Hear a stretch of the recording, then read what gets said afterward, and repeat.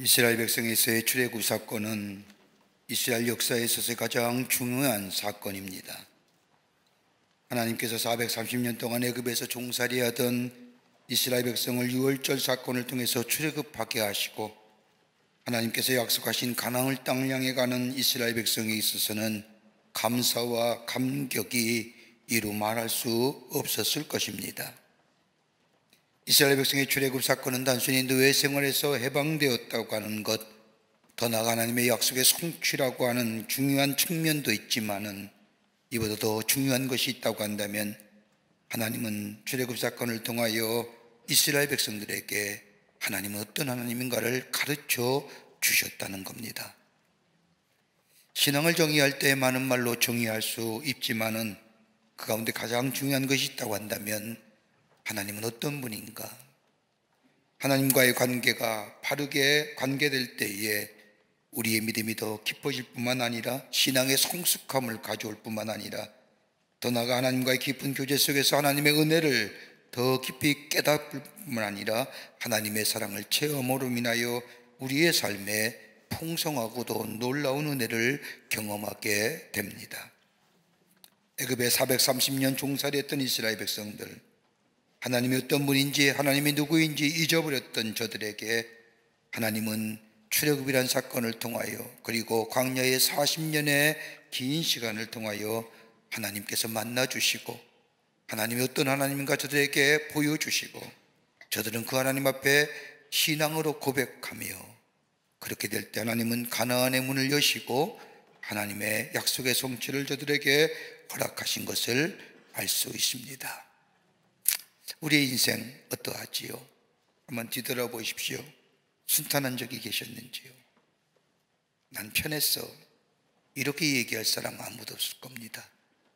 각자의 우리의 인생의 여정을 뒤돌아보면 순탄한 길이 없었지만, 그러나 우리가 인생을 뒤돌아볼 때 어떻게 이 인생을 살아왔을까?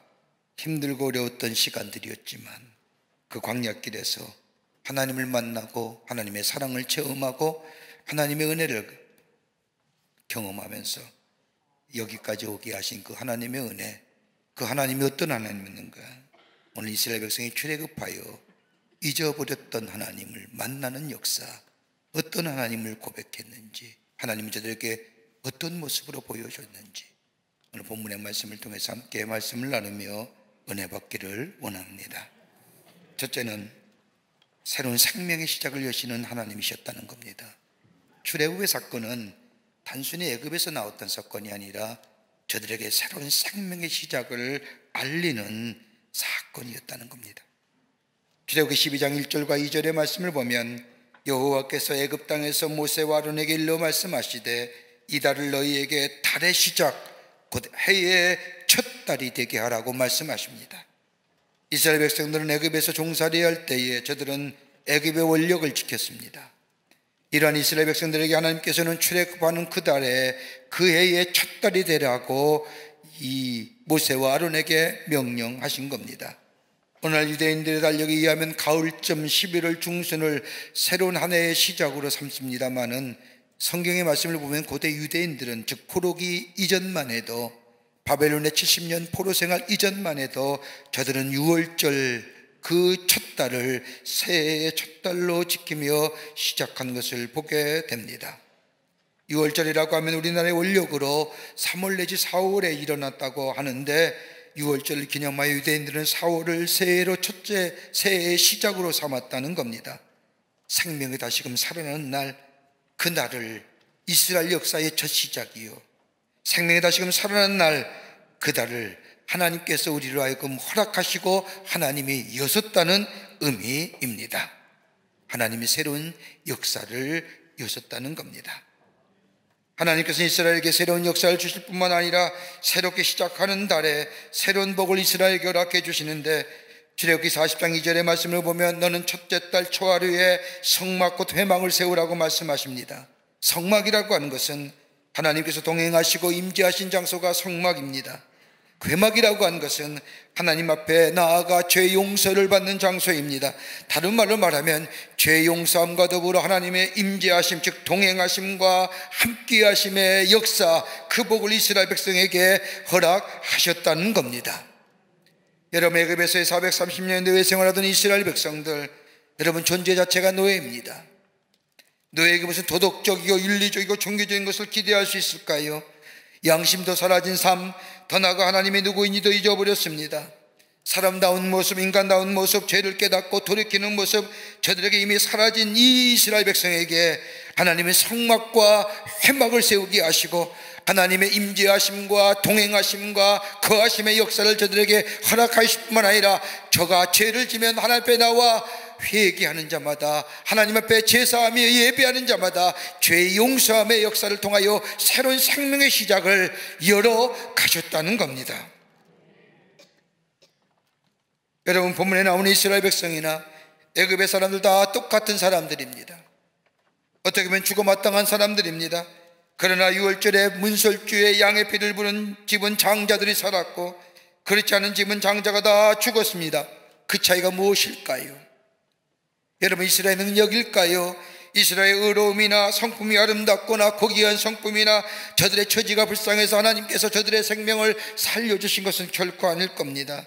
다름 아닌 어린 양의 피를 문설주와 임방에 바르고 말씀대로 순종하는 것, 이것 때문에 하나님은 저들에게 새로운 생명의 시작을 열어가시고 이스라엘 역사의 새로운 시작을 시작했던 것을 보게 됩니다.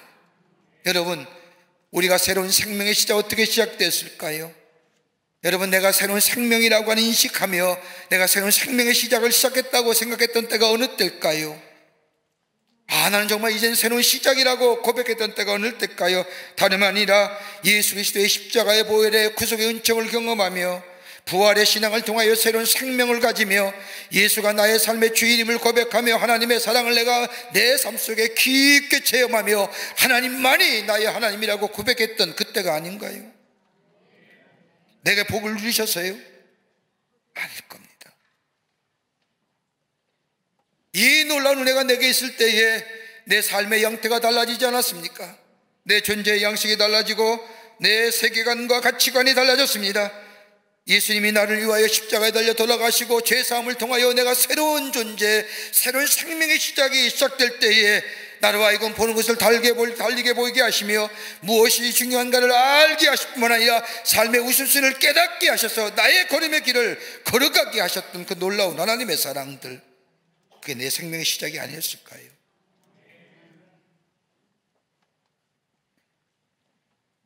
내가 하나님의 사람이요 예수의 사람이요 내 안에 예수가 계심으로 온유한 자가 되고 겸손할 뿐만 아니라 참고 인내가 된 것은 다름이 아니라 내 삶 속에 새로운 생명을 여시고 새로운 시작해 하신 하나님이라는 것. 이스라엘 백성이 출애굽을 통하여 그걸 가는 겁니다. 하나님은 그렇구나, 내 생명을 여시고 나의 삶의 시작을 이끌어 가시는구나. 폴 트리니라고 하는 심리학자는 그의 책인 시크릿이라고 하는 비밀이라는 책에서 보면 하나님과 우리의 관계를 이렇게 설명합니다. 하나는 뭐냐? 물러서는 단계. 나는 움직임 없이 그대로 있고 하나님이 아시고 하나님만 깨달으시면 된다는 태도, 다른 말로 하면 하나님의 진리만 배우겠다는 태도, 객관적으로 이해하겠다는 태도, 여기에는요 아무런 변화 없습니다.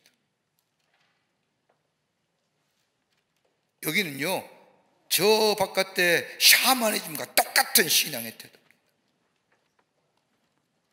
또 하나의 단계가 있다고 한다면 상호 관계적 단계입니다. 내가 나의 의로 하나님께 나아가겠다는 겁니다. 이성적이고 합리적이면 좋고 이해가 되지 않고 합리적이 아니면 따르지 않겠다고 하는 철저하게 실리를 계산하며 좋은 소리 들으면 내게 유익하니까 따르고 내게 조금 찔리는 소리가 들리면 에이 나에게 하는 얘기가 아니고 다른 사람에게 하는 얘기야라고 무시해버리는, 좋은 소리만 듣고자 하는 마음들. 여기 또한 변화 없습니다. 또 하나의 단계가 있다고 한다면 소통의 단계입니다. 듣습니다. 믿습니다. 듣고 믿고 깨닫습니다. 그리고 내 삶의 방향을 바꿉니다. 이해가 돼도 믿고 이해가 되지 않더라도 믿습니다. 왜요? 그 안에는 하나님의 사랑이 담겨져 있기 때문입니다.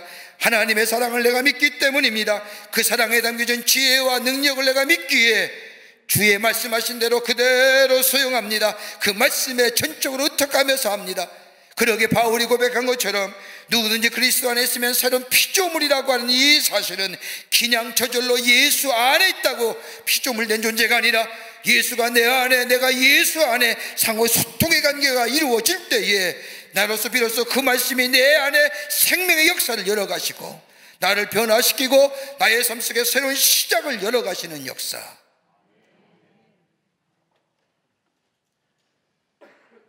우리의 삶의 새로운 시작은 다름이 아니라 하나님이 내게 새로운 생명을 주시고 나의 삶을 열어가셨기에 내 삶의 새로운 생명의 시작이 이루어졌다는 것. 저 이스라엘 백성이 430년의 기노의 생활 동안 하나님을 잊어버리고 살았지만 하나님은 저들을 다시 저 애굽에서 구원하시어 하나님이 어떤 하나님인가 하나님의 모습을 보여주시며 그 구원은 전적인 하나님의 은혜였다고 하는 사실을 저들에게 나타나심으로 새로운 생명의 시작을 여시는 하나님이심을 출애굽의 사건을 통하여 보여주셨다는 겁니다. 두 번째는요, 하나님이 이스라엘 백성을 출애굽하며 보여주신 하나님의 모습은 은혜 베푸시기를 기뻐하시는 하나님이시라는 겁니다. 우리 하나님은 우리에게 은혜 베푸시기를 즐겨하시고 기뻐하신다는 겁니다. 여러분, 이스라엘 백성이 출애굽 사건으로부터 시작한 이거 모든 것이 은혜이지만은 오늘 본문의 말씀을 보면 이스라엘 백성을 출애굽하여 베푸신 하나님의 은혜가 구체적으로 세 가지가 나옵니다. 하나는 뭐냐? 저들이 이스라엘 백성이 애굽에서 나온 것은 전적인 하나님의 은혜라는 겁니다. 여러분, 출애굽기 12장 40절의 말씀을 보십시오. 이스라엘 자손이 애굽에 거주한 지 430년이라 430년이 끝나는 그날에, 영어의 원문의 성경을 보면 that day, 그날에 여호와의 군대가 다 애굽 땅에서 나온, 여러분 그날이 어느 날인가요? 이스라엘 백성의 저 유월절 사건을 통하여 저 출애굽한 그날을 얘기하는 걸까요? 아닙니다. 그날이라고 하는 것은 다름이 아니라 저 하나님께서 아브라함에게 약속하신 그날을 얘기하는 겁니다. 그날은 바로 창세기 25장 13절과 14절에 나오는데, 여호와께서 아브라함에게 이르시되 너는 반드시 알라. 내 자손이 이방에서 객이 되어 그들을 섬기겠고 그들은 400년 동안 내 자손을 괴롭게 하리니 그들의 섬기는 나라를 내가 징벌할 것이며 그 후에 내 자손이 큰 재물을 이끌고 나오리라. 저 아브라함에게 약속하신 그날을 얘기하는 겁니다.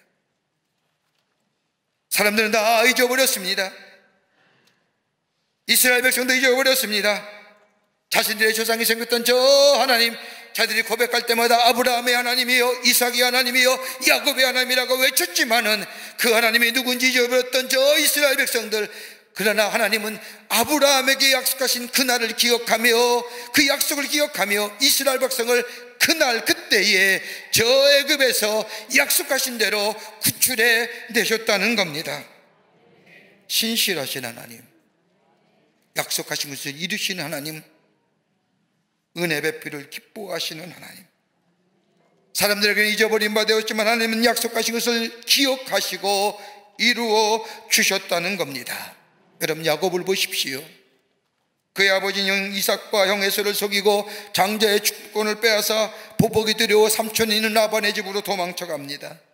가는 길목에 루스라고 하는 버려진 땅에 밤을 새우지요. 돌베개를 가지고 돌을 가지고 베개를 삼아 저 땅을 요삼아 저 하늘을 이불 삼아 자는 그때에 미래의 불확실성, 불안과 근심과 염려와 걱정 가운데 잠을 이루지 못할 그때에 장자의 명분을 얻었지만 두려움이 가득한 이 야곱에게 환상 가운데 하나님의 음성이 들려줍니다. 창세기 28장 13절과 15절의 말씀을 보면 하나님이 주신 약속의 말씀이 저에게 임하게 됐지요. 내가 누운 땅 내가 너와 내 자손에게 주리라. 내 자손이 땅에 티끌같이 되어 내가 서쪽과 동쪽과 북쪽과 남쪽으로 퍼져나갈 것이며 땅의 모든 족속이 너와 내 자손을 인하여 복을 얻으리라.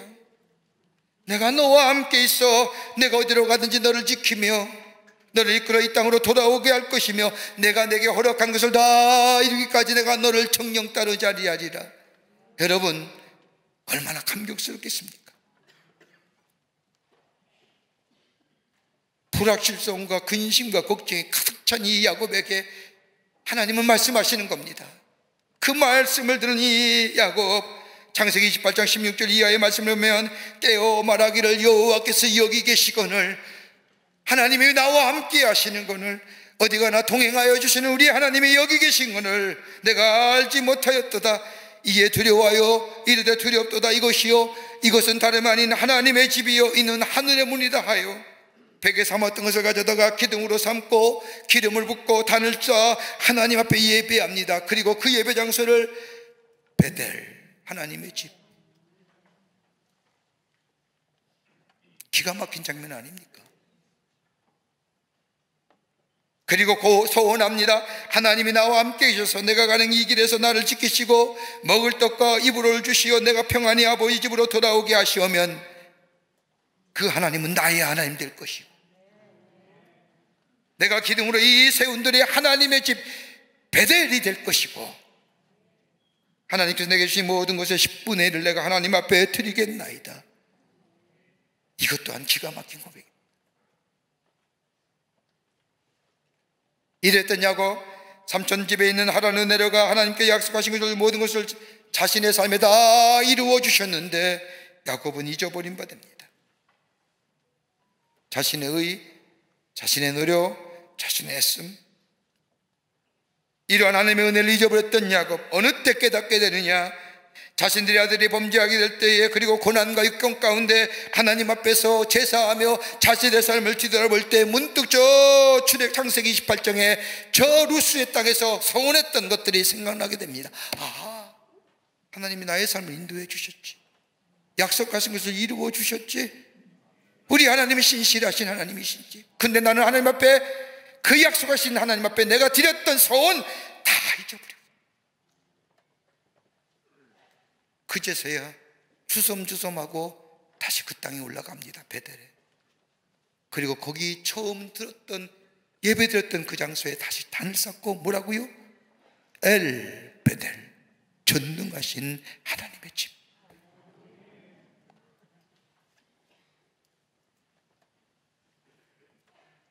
신실하신 하나님, 약속하신 이루신 하나님, 그것을 깨달은 야곱은 하나님만이 나의 하나님 되신다고 고백합니다.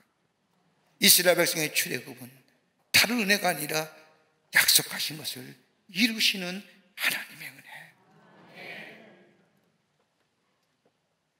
또 하나의 은혜가 나옵니다.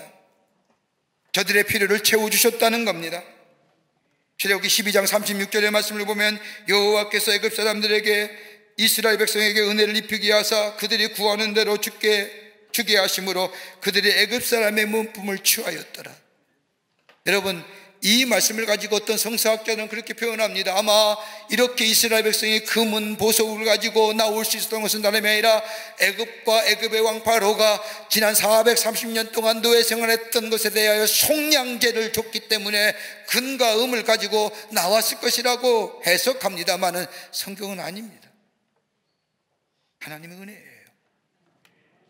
여러분, 장자가 죽어나가는 그 다음날 그 하루라도 빨리 애굽 땅에서 나올 경우에 무슨 경황이 있겠습니까? 금과 은과 보석을 갖고 올 이유가 하나도 없습니다. 시간도 없습니다. 목숨 부지하기 급급한 그때에, 근데 하나님은 그렇게 나오는 이스라엘 백성에게 오늘 본문 말씀을 보면 저들이 구하는 대로, 저들의 필요에 따라서 하나님이 그 필요한 것을 채워주셔 하나님의 은혜를 저들 가운데 허락하여 주셨다는 겁니다. 부족함 없이 필요에 따라 돕고 채우시는 은혜. 여러분, 우리가 잘 아는 고백처럼 다윗이 시편 24편에 고백한 것처럼 여호와는 나의 목자시니 내게 부족함이 없으리로다 라고 고백한 것, 여러분, 다윗의 기냥 고백일까요? 앞으로 내게 있어질 하나님의 축복을 기대하며 여호와는 나의 목자시니 내게 부족함이 없으리라고 고백할 건가요? 아니에요. 자신의 삶을 뒤돌아볼 때에 때를 따라 돕는 은혜, 저 사울왕의 추격 속에 춥고 권고하고 배고플 때마다 하나님이 태우시고 도우시고 덮여주시고 따뜻게 하시고 보호하시고 인도하시는 그 하나님의 놀라운 역사, 마치 내가 양처럼 목자 되시는 하나님, 그 놀라운 채우시는 은혜를 경험했던 다윗. 그러기에 여호와는 나의 목자시니 내게 부족함이 없으리로다고 고백하는 거예요. 때를 따라 채우시고 돕니다. 출애굽을 통하여 얻는 하나님의 은혜, 또 하나의 은혜가 있다고 한다면, 하나님은 이스라엘 백성을 출애굽함과 동시에 동네 이스라엘 백성과 애굽의 사람, 하나님의 사람과 세상의 사람, 즉 하나님의 사람을 세워 구별하여 세워주셨다는 거예요. 여러분, 출애굽기 8장 23절의 말씀을 보면 내가 내 백성과 내 백성 사이를 구별하리니 내일이 이 표징이 있으리라 하셨다 하라 하고, 여러분, 애굽에서 모세가 강팍한 바로를 마음을 녹이기 위해서 내렸던 재앙이 10가지입니다. 물이 피가 되게 하고 개구리가 올라오고 티끌이가 되게 하고 파리와 가축과 악성 종기와 우박과 메뚜기와 더불어서 저 흑암과 장자의 죽음까지. 여러분, 이것은 어떻게 보면 저 애굽 땅에서 애굽 사람이 섬기던 신들의 모습입니다.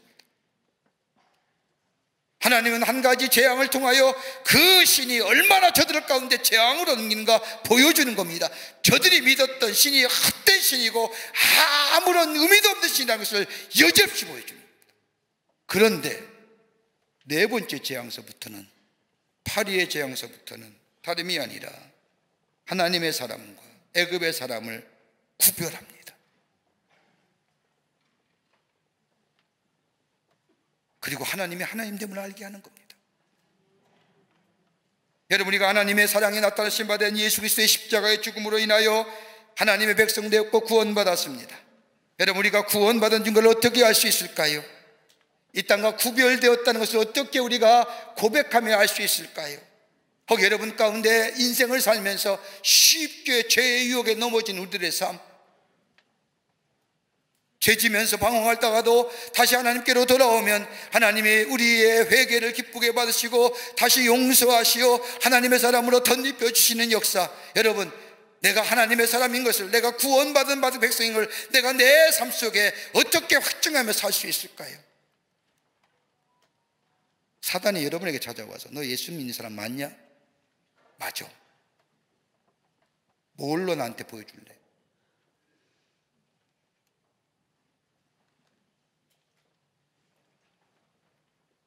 바울은 이 대목에 대하여 에베소 1장 13절의 말씀을 보면 그 안에서 너희도 진리의 말씀 곧 너희 구원의 복음을 듣고 예수 그리스도의 십자가의 놀라운 복음을 듣고 네가 그것을 믿고 그리고 있게 될 때에 하나님은 약속하신 성령을 통하여 너희를 인쳐 주셨다는 겁니다. 여러분, 여기서 인쳐 주셨다는 것은 봉하여 주신 거예요. 변경할 수 없도록, 다른 이물질에 들어가지 않도록 꽉 봉하여 변경할 수 없도록 만들어 주셨다는 겁니다. 구원의 확증, 구원의 확신의 복음을 변하지 않도록 성령께서 보증해 주셨다는 겁니다. 그렇지 않습니까? 내가 죄를 지었습니다. 죄의 유혹에 넘어졌습니다. 다시금 하나님 앞에 돌아와 회개하며 그리스도의 사랑으로 죄사함의 용서함을 덧입어줬습니다. 그리고 내 안에 다시금 내가 이 죄 짓지 않겠다고 다짐합니다. 그런데 죄를 깨닫게 하시고 죄를 알게 하시는 게 뭘까요? 성령이에요. 성령이 내 안에 계시기에 죄가 무엇인지 알게 하시고 깨닫게 하시고 돌이키게 하시고 예수 그리스도의 십자가 앞으로 나를 인도해 주시는 거예요.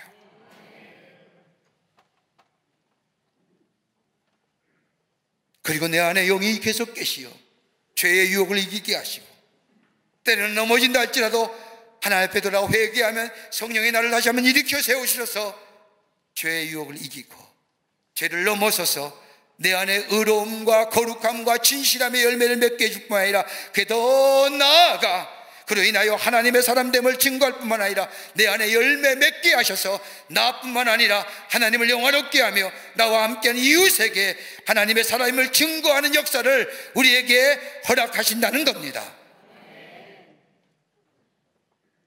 구별되는, 그러게 바울은 에베소 2장 8절 말씀에 너희는 그 은혜로 인하여 믿음으로 말미암아 구원을 받았으니 이것은 너희에게 난 것이 아니요 하나님의 선물이니라. 여러분, 기도 많이 하고 성령의 체험, 충만한 체험을 하는 분들에게 공통적으로 고백되는 이야기가 있습니다.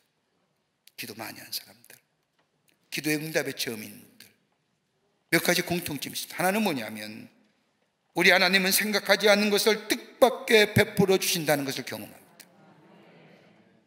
기도해 보세요. 기도의 자리에 들어가 보세요. 또 하나 때문에 하나님은 약속하신 대로 나의 삶을 인도해 가신다는 것, 그리고 하나님께서 많은 사람들 앞에서 내가 하나님의 자녀임을 보여주시고 증거해 주신다는 것, 어떤 모습을 통해서라도. 그리고 심령에게 예쁜 것에서도 내가 하나님의 사랑을 받고 있다는 것을 깊게 깨닫고 믿고 확증하게 하실 뿐만 아니라 성령께서 내가 하나님의 자녀임을, 인치심을 받았던 것을 확신해 주고, 그리고 때를 따라 돕는 은혜가 있음을 경험하게 된다는 겁니다. 기도의 자리에 들어 이 은혜를 베푸시길 기뻐하시는 거예요. 이스라엘 백성의 출애굽 사건은 단순히 새로운 생명의 시작, 새로운 시작을 넘어서서 하나님의 은혜 안에서 이루어진 역사.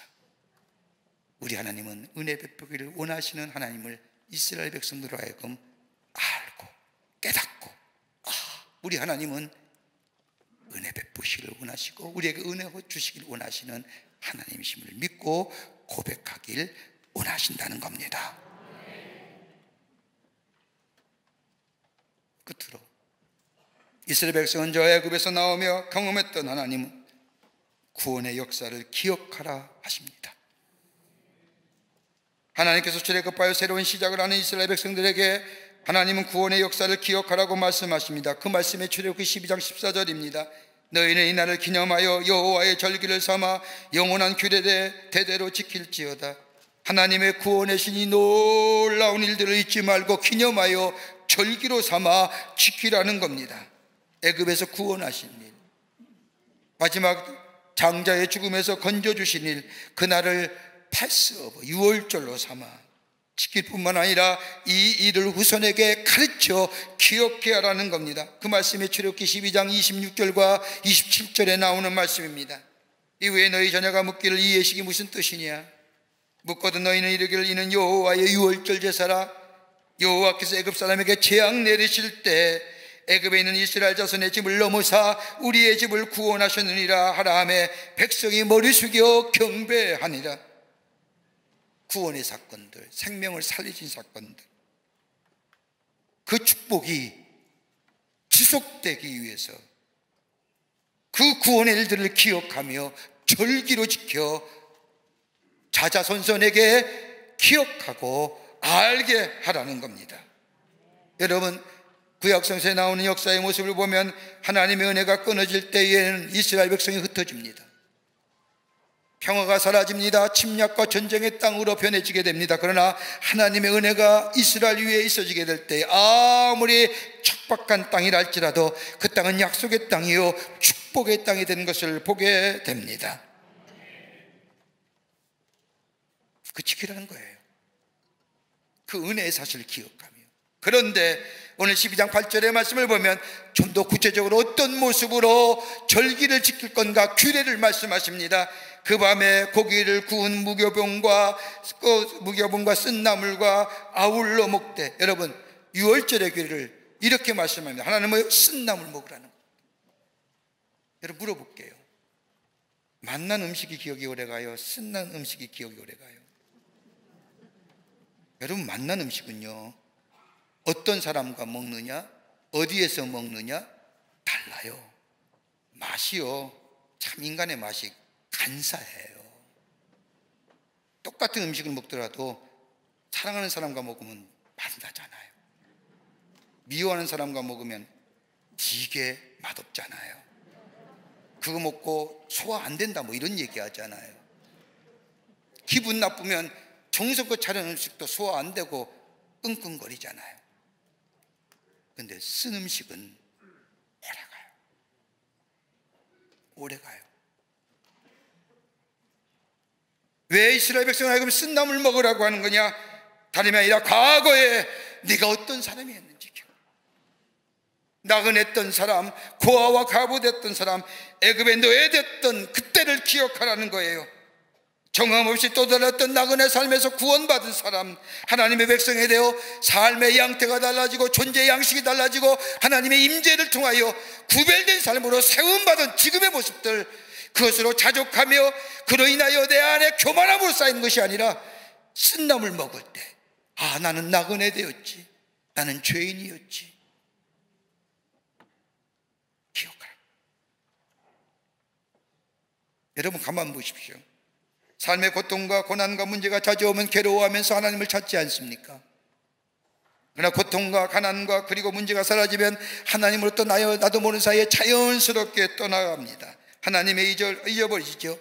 그러면서 그 안에 하나님의 은혜 대신 뭐가 찾아오느냐? 이 모든 것, 내 수고와 내 노력과 내 애씀에 이루어서 이루어진 것처럼 착각합니다. 그러면 이 교만함이 우리 마음에 차게 되면 스물스물 뭐가 올라오는 줄 아세요? 의로움이에요. 자기 의. 이 의가 생기면 하나님이 나를 어떻게 보실 거가 아니라 내가 하나님을 재단해요. 그 의 가지고, 그 잘난 것 가지고 다른 사람 평가해요. 내 경험, 내 성공, 별거 아닌 것 가지고, 그것을 만든 것, 그것을 가지고 만든 기준 가지고 사람들을 바라보기 시작해요. 여기 뭐예요? 화목이 없어요. 화평이 사라져요. 하나됨이 사라져요. 다툼과 분열의 모습이 있어지게 돼요. 한 존경받는 신사분이 계셨습니다. 성공했음에도 불구하고, 많은 사람에게 존경받음에도 불구하고 인격이나 그 밖의 것들이 흩어짐이 없습니다. 한결같습니다. 저만하면, 저만한 위치에 있으면 무너질 것 같은데도, 교만할 것 같은데도 교만하지 아니하고 회복되어 살아갑니다. 이 모습을 본 가까운 지인이 묻습니다. 아니, 어떻게 그토록 흔들림이 없습니까? 어떻게 똑같은 모습으로 자신의 자리를 지켜가며 살아갈 수 있습니까? 라고 묻자 이 신사가 지인을 데리고 자신의 집으로 데리고 갑니다. 그리고 한쪽 방을 보여주지요. 그 방에 들어갔더니 이 노인이 쓰던 물건이 가득히 있습니다. 옛날에 어려웠을 때 쓰던 물건들, 낡은 책상, 구멍난 양말들, 낡아 헤어퍼진 양복들, 질비하게. 그러면서 얘기합니다. 내 마음이 흔들릴 때마다, 내 마음이 교만할 때마다, 내가 이 정도면 됐지, 내가 이 위치에 됐으면, 그런 마음이 들 때마다 나는 이 방에 들어와 그때를 생각합니다. 예전에 어려웠을 때, 예전에 힘들었을 때, 내가 살아온 지난 날을 돌이켜볼 수 있는 이 물건을 볼 때마다 겸손해지고, 내가 어려움이 있더라도 낙심하지 아니하고 이 어려움을 이겨나가시는 힘과 마음을 다잡는 중요한 장소가 이 방입니다. 쓴나물 먹으라는 것은 고아와 가부와 나그네 된 삶, 죄인이었던 삶, 노예되었던 것들, 하나님의 은혜로 자유롭게 되고 백성 되었던 것, 그 노예됐던 것에 잊지 말라는 것. 그 말은 하나님의 은혜를 기억하라. 두 번째 있다면 무교병 먹으라는 거예요. 유월절을 지키며 무교병을 먹으라 때 7, 7일 동안 먹으라고 하십니다. 다시 말하는 것은, 다시 이렇게 말씀하신 것은 정결함과 성결함을 가지라는 겁니다. 여러분, 누룩이라는 게 뭘까요? 누룩 없는 빵이 무교병인데, 누룩은 죄예요. 죄 없이 하라는 겁니다. 다시 말한다면 성결함과 저희 안에 정결함이 있느냐, 하나님의 은혜를 받은 백성답게 깨끗하고 성결하고 정결하게 살아가려고 있느냐, 점검해 보라는 겁니다. 내가 편하다고 편안하게 살아가는 것이 아니라 내가 정말로 구원받은 백성답게 살아가고 있느냐, 구원해 주시고 맡기신 사명에 합당하게 살아가고 있느냐, 하나님 앞에 살아있는 자의 모습으로. 여러분, 살아있다고 하는 것은 거슬러 올라가잖아요. 물고기가 산 거 죽은 걸 어떻게 하느냐? 떠내려가는 물고기는 죽은 거고 거슬러 올라가는 물고기는 산 거예요. 하나님 앞에 정결함과 성결함으로 살아가는. 또 하나 있다고 한다면 오늘 여기에 하나님의 유월절 지키며 우슬초에 피를 발라 좌우문설주와 임방에 바르라고 하십니다. 다른 말로 말하면 구원받은 것 잊지 말라는 거예요. 구원받아서 구원받은 것이 아니라 어린 양의 피로 구원받았다고 하는 사실, 잘나고 대단해서가 아니라 어린 양의 피로 좌우문설주와 임방에 발랐던 그 피를 말미암아 내가 살았고 오늘 내가 여기 왔다는 사실을 잊지 말라는 겁니다. 구원은 너에게서 온 것이 아니라 하나님의 은혜라고 하는 겁니다. 이거 잊어버리면 무너집니다. 아마존닷컴이나 책방에 가면 가장 많이 나오는 책의 종류가 자기계발서입니다. 그 자기계발서의 마지막은 뭐예요? 성공적인 인생을 살아가는 것. 그런데 그 제목들 보면 참 많지요. 좋은 곳에서 위대함으로, 7가지의 성공하는 자의 습관, 12, 여러 가지 제목을 붙여서 자기계발서가 나와요. 쭉 전공이 제가 그걸 했기 때문에 쭉 읽어보면 공통적으로 3가지 공통. 하나는 뭐냐? 다름이 아니라 겸손함이에요. 이걸 가지고 휴머니티, 인간성, 이런 거예요. 겸손한 자가 성공하더라는 거. 배우는 자세, 경청하는 자세, 다른 사람을 존중히 여기는 자세, 그것이 그의 인생을 성공적으로 살아가게 한다. 또 하나 있다고 한다면 감사해요. 어떤 형편에든지 감사함을 잊지 않는 것. 감사는 고난을 이기는 힘이 되는 것. 또 하나 있다고 하는데 성공하는 사람들 공통적인 거예요.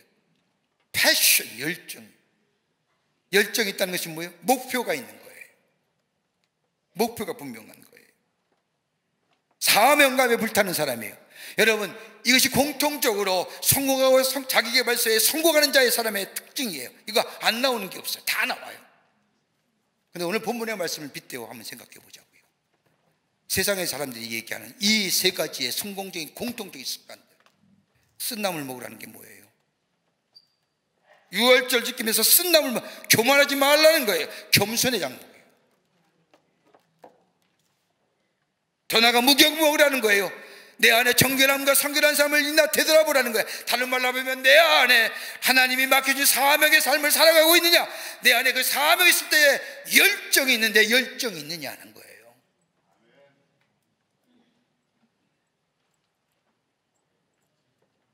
(4,000년) 전에 얘기했던 거예요. 우슬초로 피를 발라 좌우문설주와 임방에 바르는 건 뭐예요? 구원의 감격, 감사가 있냐.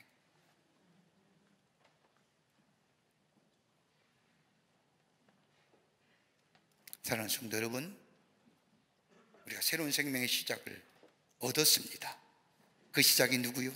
내가 예수 믿어서가 아니라 주의 은혜입니다. 은혜입니다. 나를 구원하시고 내게 새로운 생명을 주시고 내게 베풀기 원하시고 인도하시고 보호하시고만 한다. 우리가 절기를 세워서 예배하는 것들, 감사와 겸손과 감격, 열정이 넘쳐나는 삶이죠. 여러분, 그 새롭게 시작하시는 그 생명의 역사, 생명의 시작, 베풀으신 하나님의 은혜를 늘 기억하며 잊지 않고 우리의 믿음 속에, 우리의 여정 속에 그 하나님과 함께 동행하는 삶이 될 때에 우리의 삶 속에 풍성한 축복이, 베푸신 은혜가, 가나안이 열려지는 역사가 있게 될 줄 믿습니다. 이 은혜가 여러분과 저 가운데 있을기를 주의 이름으로 축원합니다. 하나님 감사합니다. 저희들 주께서 사랑해 주셔서 하나님의 백성 삼으심에 감사합니다. 베푸신 은혜에 감격하며 감사하며 잊지 않으며 살아가는 저희들 되게 하여 주셔서 주의 약속의 성취를 누리며 신실하신 주님과 함께 동행하는 복된 삶, 복된 걸음 되게 하여 주시옵소서. 예수님의 이름으로 기도하옵나이다. 아멘.